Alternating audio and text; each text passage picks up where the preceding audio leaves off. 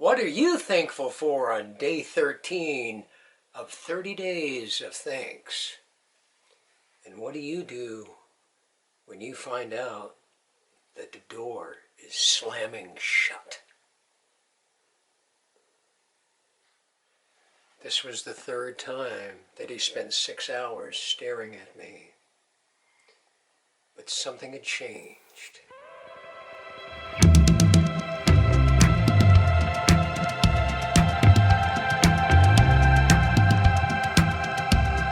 I was walking in the woods on the west side of Fairbanks, on the outskirts of town. There was a lot of snow on the ground, but I trudged on through the snow, and as I did, I heard the sound of drum beating. As I got closer, I could tell that there was a tribal experience going on, and as I got closer still, I looked and saw that something very strange was occurring there in the woods. I left quickly and headed back to my cabin. The next day, when I picked up the newspaper, I read that there had been 2 people killed on the west side of town, found hanging by a tree, upside down, no arms, no heads. As I read the newspaper clipping, I took a close look to the names that were mentioned. Seems that I had seen those names before. It seems that I had seen those names before. As I sat in the China bar, close to the front door, watching the people come in and go out, I turned and noticed that he was staring at me again in the same seat that he had sat in, staring at me before. And the staring went on for another 6 hours this night, glaring at me, not taking his eyes off of me. Second time this had happened, and at the end of the evening, after 6 hours, in the wee hours of the morning, he signaled to me. I knew the routine. I went over. I stood next to him. He looked and he said, "Bobby boy, have you read the papers? Have you noticed the names in the papers?"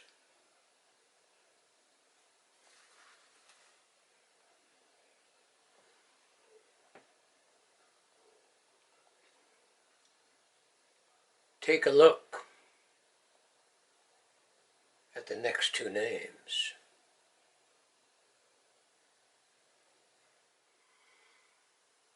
A couple days later, I was reading the newspaper, and on 3rd Street, in back of the China bar, 2 people were found on the curb, murdered. I looked at the names.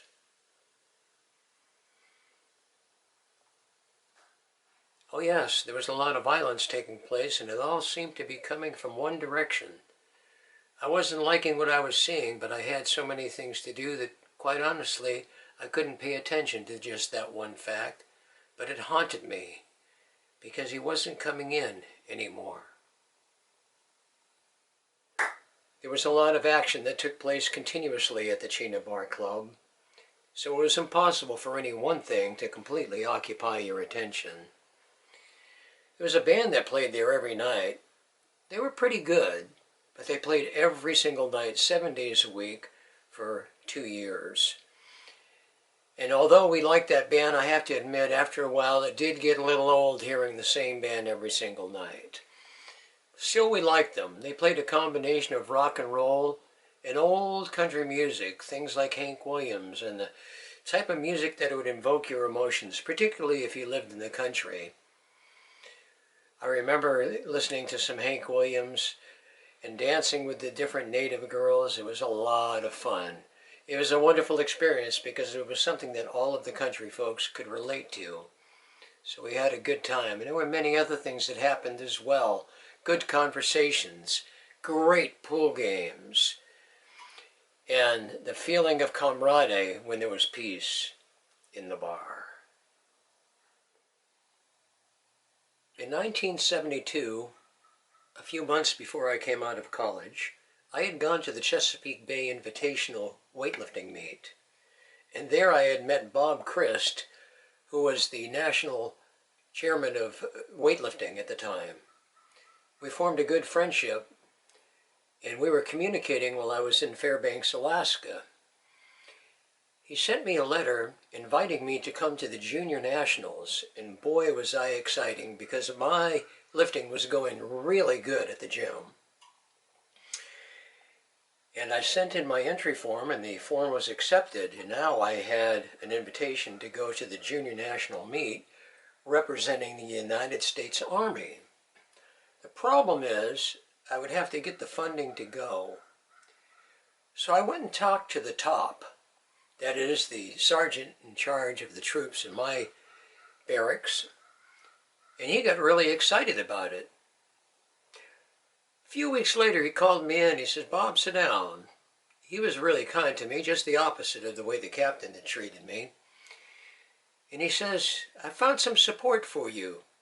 He says, "The women down at the Fairbanks Chamber of Commerce have got together with the women from the Officers Club, and they've decided that they're going to go ahead and sponsor you to the national meet.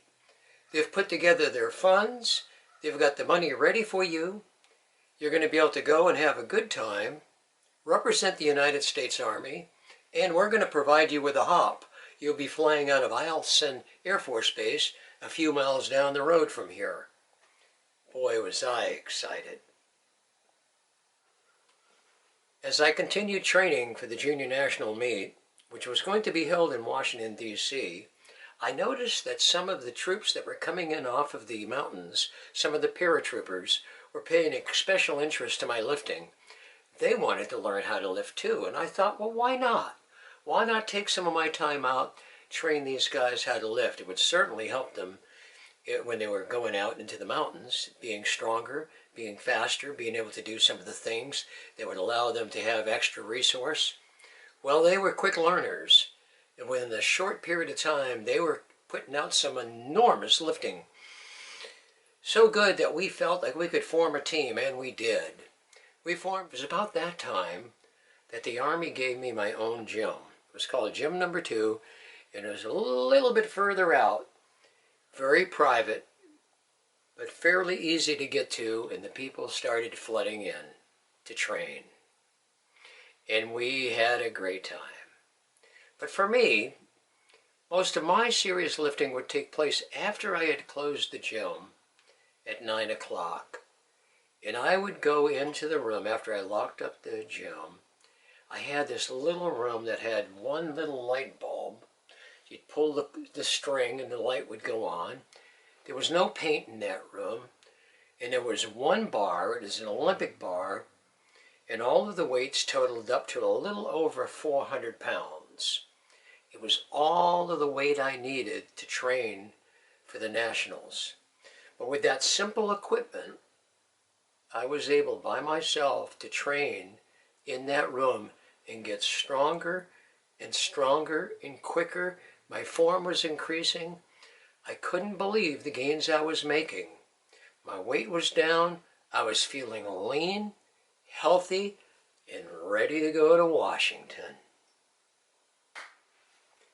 The top called me into his office and he said, "Bob, head on down to the sporting goods store on 2nd Street, across from the China Bar, ironically, and get fitted for your uniform." So I did. I went down there and I got fitted, and within a short period of time, the Chamber of Commerce women had this beautiful uniform for me, and it looked good. I've still got it to this day, and I was ready to go to Washington, I'll tell you. So they sent me off, got on a hop, and it was a very rugged plane. You could see out of the bottom of it, you could see the mountains as you were traveling over the mountain ranges. We landed outside of Washington, D.C., and I took a taxi to my motel in Fairfax, Virginia, and got ready for the competition. It was exciting. I was ready to go. I couldn't wait for the day of the contest, and it finally came.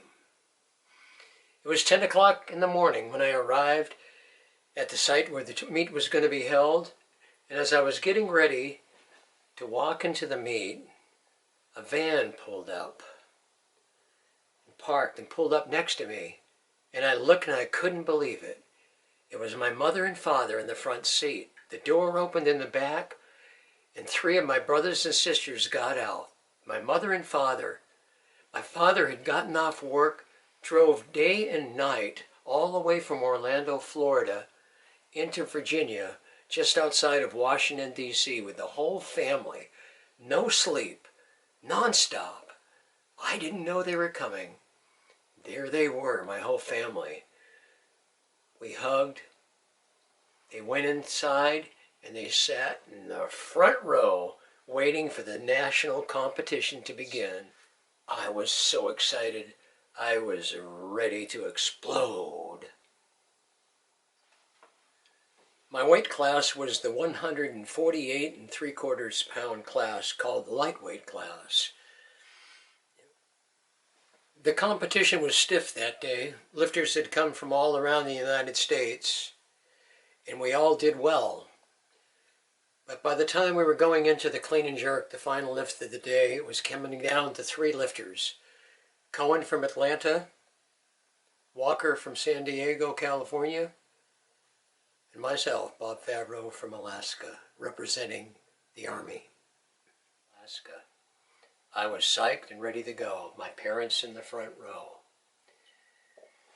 I had already done well in the snatch, as had the other lifters, but now I would need a really good clean and jerk if I had a chance of winning this contest, and that was my best lift.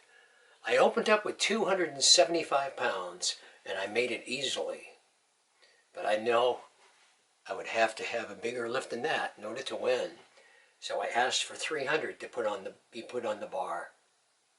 They loaded the bar with 300. I got ready, and I came out, and I went through the routine that I had always used, the hypnotic routine of allowing my energy to go all the way down into my feet. And I allowed the energy to come through my arms, down through my head, into my shoulders, down through my body, all the way through the torso, into the legs, and then down all the way into the feet. I reached down, grabbed the bar, pulled it up, cleaned it, and then fell on my butt. I had one more chance. I went back and talked to Russ Nip, Harvey Newton, and then I took time alone. Went through the thoughts and realized I had one chance to win the biggest title I had ever won, the Junior Nationals, and to do my company proud, to please my mother and father and my brothers and sisters, Paul, Karen, and Carol. And I went out there for that 3rd lift, and again went through the same routine.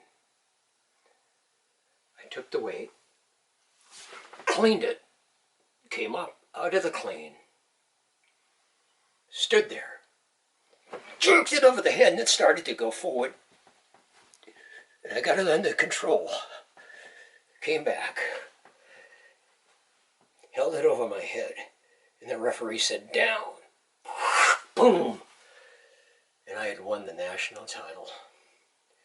My mother and father were so happy, my brother, my sisters, everybody, friends, Mark Cameron, all these other people, just so happy to have come that way to win the contest. I was ready to call and report back to the top that he had sent me on a mission and we had come through. Well, it was now time to celebrate, and my father, who's one to always do things upright, took us out to a beautiful dinner at the hotel, And John Turpak, who had been the weightlifter way back in the 30s and the 40s, and who was the head of the association worldwide, for our country at least, came up to the table, met my mother and father, and congratulated me. And I felt so good. What a beautiful dinner we had. There were other lifters in the room, and we just were so excited for the moment and being right there near the capital of our country, which had beautiful monuments. While Mom and Dad, of course, were very tired. They had traveled a long way, almost 1,000 miles, to see that contest. And Dad said, Bobby, if you and Paul want to go into Washington, here's the keys to the van. Oh, Paul and I wanted to go in, and we did. We took a drive into Washington, D.C., and as we approached, we could see all of the blossoms, the beautiful cherry blossoms, and the Jefferson Memorial, and the Washington Monument, and the Capitol in the distance. And Paul and I said, hey, Bobby, let's go see the Capitol. Let's go onto the Capitol steps and look down at the Lincoln Memorial and the Washington Monument.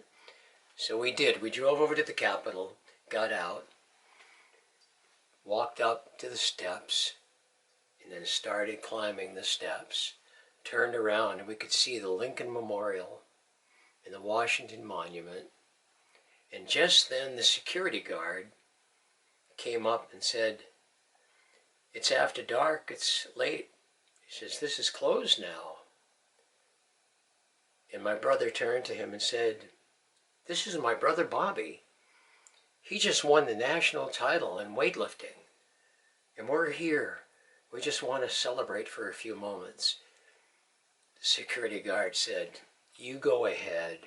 You enjoy yourselves. This is a big day for you guys. But don't stay too long, and when you're done, make sure you leave quietly.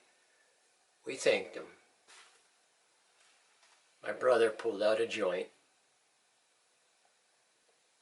We lit it up. Smoked that joint. Looked out over onto the reflecting pond and beyond. The Lincoln Memorial.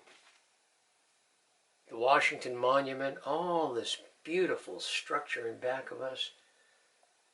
And Paul said, Bobby, this is a day we're never going to forget. And you're hearing the story right now. We never forgot. My brother's still alive. We talk about that day frequently, as we do many other days. But that was the day where it all came together. That was the day when all of the struggle, all of the hard times, all of those things that you work so hard to do happened to converge and work out with beautiful, beautiful harmony. God was so good, and I knew that I was being blessed, and being blessed in a mighty big way. And I was so grateful, so grateful. So I called the top, told him that we had won, and he was very, very excited. He says, go ahead and take a couple of days off. He says, you get your plane coming back to Alaska in a couple of days. So I went down to Florida and stayed with my parents for a day. And then on the second day, the day that I was going to fly back to Alaska, I decided to go to Daytona Beach. So I borrowed Mom and Dad's car, drove over to Daytona Beach, and on the way back, I noticed I was running late, so I started hitting the pedal to the metal. And I ended up going about 90 miles an hour, and woo, woo, woo, woo, you guessed it, the highway patrol pulled me over. They said, do you know how fast you were going? I said, no, sir. 90 miles an hour. I said, ooh. He said, can I see your driver's license? I pulled it out, handed it to him. I said, sir, I'm in the United States Army, and I'm supposed to fly back to Alaska tonight. And I said, I was running late, and if there's any way you could let me off the hook, I'd really appreciate it. He looked at it and he goes, 90 miles an hour. That's a big one. He says, but you better not waste any more time. Good luck, soldier. Well, when I get back to the fort, you would have thought that I had just won D-Day. And they were happy. And the top decided to have a big ceremony outside for all of the HHC troops. Got everybody together and woke me up. I never got up early.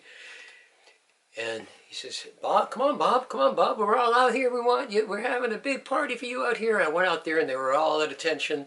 Came out there. Even the captain was there. I can imagine what he was thinking after all our conflict that we had in the past. But it was super. What a great celebration. They did me up in the newspaper. I've still got the clippings to this day. It was just felt so good to be a part of something that you work for, you won, and you've got other people who you're training that it's helping them. They're getting in shape. They're learning a skill. And you find that you find your little place in the world. And it may not be that everybody exactly understands what's right and what's wrong in terms of world peace. But you know what? If you just hang in there and do your best and go with your conscience and always let your conscience guide you and trust the Lord, it will work out. Well, when I won the Junior Nationals, I got invited to go to the Senior Nationals. So the company did the same thing. They got together, they supported me, and they sent me again into the lower 48 states. I stayed in Indiantown Gap, Pennsylvania. Had a great time. Took a lot of time off this time. John Martin met me down there from Alaska. He came and stayed in Philadelphia. I had a chance to meet a lot of his friends and go different places. And then I had to catch a hop out of Michigan, on upper state Michigan, in Marquette. And so I hitchhiked my way back and stopped in Lake Plattsburgh on the way up there and all these different places that I had a chance to visit. It's just a great, great time.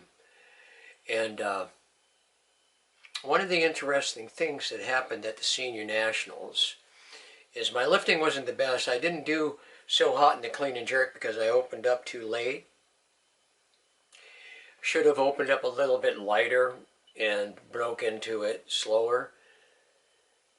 But there was a gentleman there who had timed my lifting in the snatch, and I did the best snatch of my life that day. I think I snatched 236, as I recall. And he came up to me, and he had been in Mexico City with this machinery that he had that timed a reflex. And he says, I just wanted to let you know that of all the athletes I've ever tested anywhere in the world, you had the fastest reflex on your descent from the top of the bar to getting under the bar. That movement was the fastest I've seen by any athlete in any sport, including the long jumps in Mexico City. And I thought, wow, what a great thing to find out that was. So there was the little surprises that took place along the way in all of these different events that took place. We'd learn that by doing your best and training hard, if you keep at it and you stay with your program and you enjoy what you're doing, you're going to find your little victories. Sometimes they'll be big victories. But even the little victories for other people will sometimes be big victories for you. I never won the Senior Nationals. I never made it to the World Championships. But I did win the Juniors. So I would encourage anybody to keep the faith. Keep the faith and do what you feel the Lord is leading you to do. And as you study the Word of God and learn the Word of God, you'll know more of what God requires you to do. Today, what I would do is not what I would have done then, but as I've learned what God requires of me and wants of me, I'm getting closer to being the type of person that I want to be. 3 months after I won the Junior Nationals, it was time for me to ETS, end of term of service, in the Army. And I decided I was going to stay in Alaska and continue working at the Chena Bar and working for Pan American, which I did. Summer was coming to a close, and as it did, I started to get a little tired of being in Fairbanks. I wanted to get back to the lower 48 states. Time was moving on, and I was enjoying my cabin, enjoying the travel in Alaska, but I wasn't so sure I wanted to go through another winter. Summer was coming to a close, and I had been working at the Chena Bar now for quite some time. It was getting a little old, and my work at Pan American, well, it was just a job. And I started to miss the lower 48 states, the music that I was used to, the people who I knew, the culture, and a lot of things that outside of Alaska that I was missing. But I knew that I had been away for a while, and things might have changed a little bit. And I didn't know if I was going to go back or not. I might just stay in Alaska.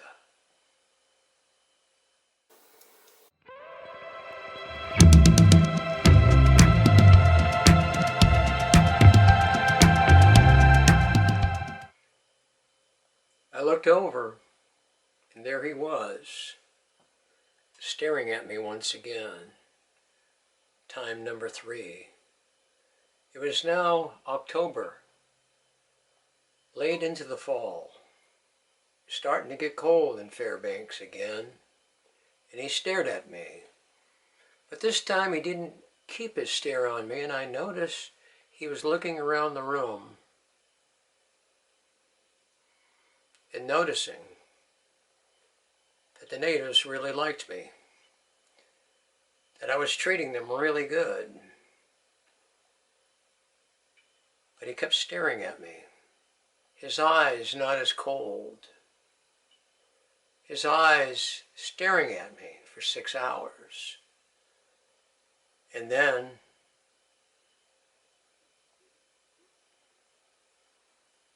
I came over to him the 3rd time, and he said, "Bobby boy, Bob, your name is at the top of the list."